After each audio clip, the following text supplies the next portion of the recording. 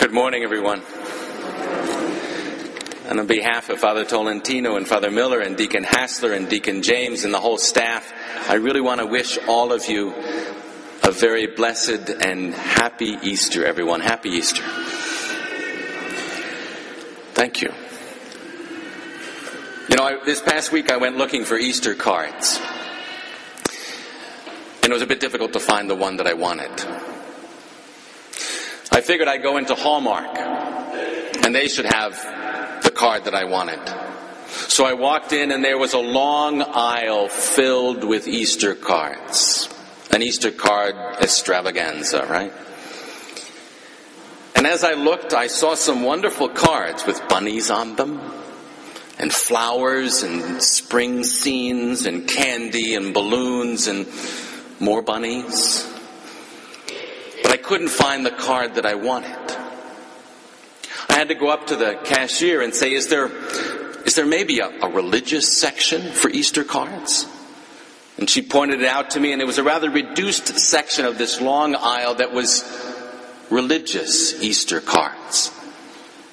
And then I shuffled through all of those, and I still couldn't find what I was looking for.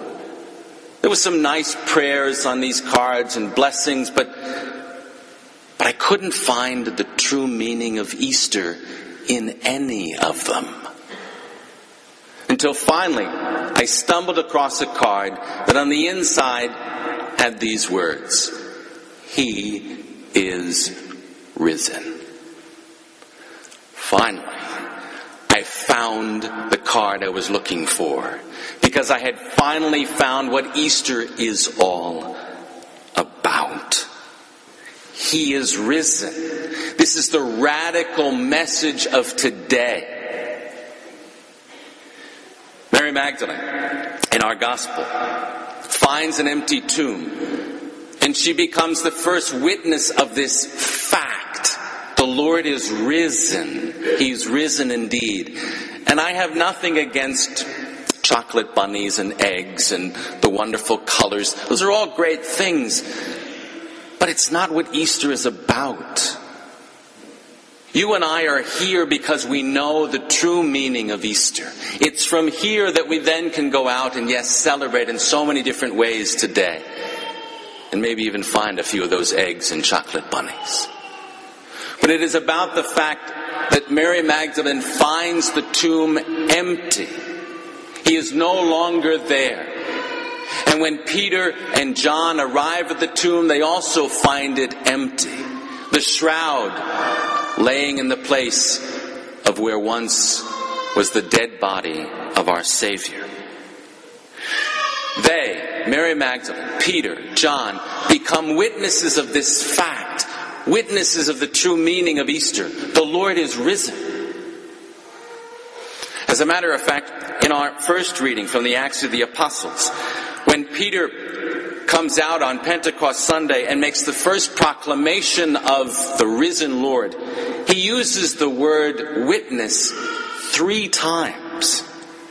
Verse 39 of Acts. We are witnesses of all that he did. Verse 41, to us the witnesses chosen by God in advance. Verse 43, to him all the prophets bear witness. As a matter of fact, and I counted them, 6 times in the New Testament, other than these times, the apostles themselves are described in a singular way. We are told that what makes an apostle is that they are witnesses of the resurrection. You and I have the same charge as Mary Magdalene, as Peter, as John. We are witnesses of the fact in our world that likes to look at flowers and bunnies and things, and those are all very nice. But Easter is not about that. The Lord is risen. That's its true meaning. And we carry that message into the world. We give witness, first of all, to the fact that the Lord is alive. What person of the past is alive today? Do you know of anyone who was once dead and is alive now? Plato, Cleopatra, George Washington, Elvis? Well, let me rephrase that. Maybe some people believe that Elvis is still alive, but I hate to tell you, he's not. I don't want to hear please don't write me any letters, any Elvis fans, all right? Even the great religious leaders of the past, Buddha, Confucius, Muhammad, they're all dead. And none of their disciples claim that they're alive. We're different. We are different because we believe in the one Lord. And He has risen from the dead. Once dead, will never die again. He's not just simply resuscitated. It's not as though the resurrection is, a magical CPR that brought Him back to life. No, as the Catechism of the Catholic Church says, Christ's resurrection was not a return to earthly life. He has entered into a new and glorious life, but He is alive, more alive than we are. And His disciples speak with the risen Lord. They eat with the risen Lord. Thomas touches the very wounds of the risen Lord. His body is real. It's new and glorious, but real nonetheless. It is no longer limited by time and space. He can appear how He wants and when He wants, even into a room in which there were locked doors. But He's alive. And that's the radical message of today. He is risen. And we give witness to the Lord that the Lord is alive in us, in our very lives. St. Paul says in his letter to the Galatians, it's no longer I who live, but Christ who lives in me. Living Jesus Christ means, according to St. Paul in our second reading to the Colossians, means seeking what is above. And that means that we have to take very seriously this fact and make sure that it's a fact that's translated into our life. If the Lord is alive, if the tomb is empty, then we need to reinterpret our whole life, my life. The center of my life, my goals, my motivations, they all change. When Christ's life is being lived in me, I'm different. And that's how I give witness to the resurrection. Mahatma Gandhi once said, if you Christians were more like your Christ, there'd be more of you. True. It's a sharp rebuke, but true. If we were more like our Christ, people would see the witness of our lives, and they would say, what is different? What is different? Today is different. The Lord is risen. He's risen indeed. When we are allowing Christ to live in us, truly, we are no longer anxious, worried, or afraid. Life is no longer about fame and fortune and power.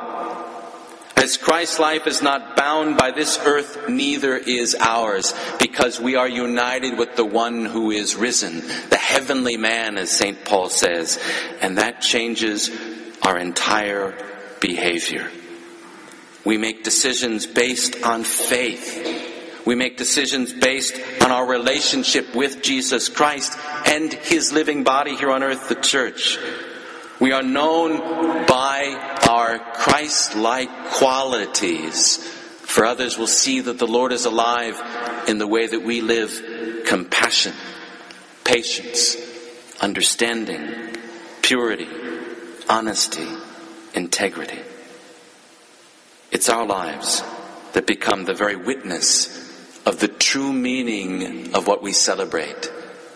The Lord is risen. This is a true story. During a hurricane in Waveland, Mississippi, it was a man by the name of Chris Moritz who decided to ride out the hurricane. Well, when the water in his home reached the second floor, he figured it was time to get out. So he went up on the roof, and he wrote on the roof, C. Moritz, Chris Moritz, C. Moritz is alive, pass it on. And then he was able to then include the phone number of his brother in Tucson, Arizona. So he swam to a neighbor's boat and sheltered himself with the engine cover and literally He rode out the hurricane. Well, guess what? In today's world of instant media, his message really worked. That saying, "See Moritz is alive, pass it along," was shown on television and posted on websites around the world. Chris's family began getting a lot of phone calls from all over the country telling them that Chris is alive. Pass it on. For the early church, the message was similar. And the message was, Jesus is alive. Pass it on.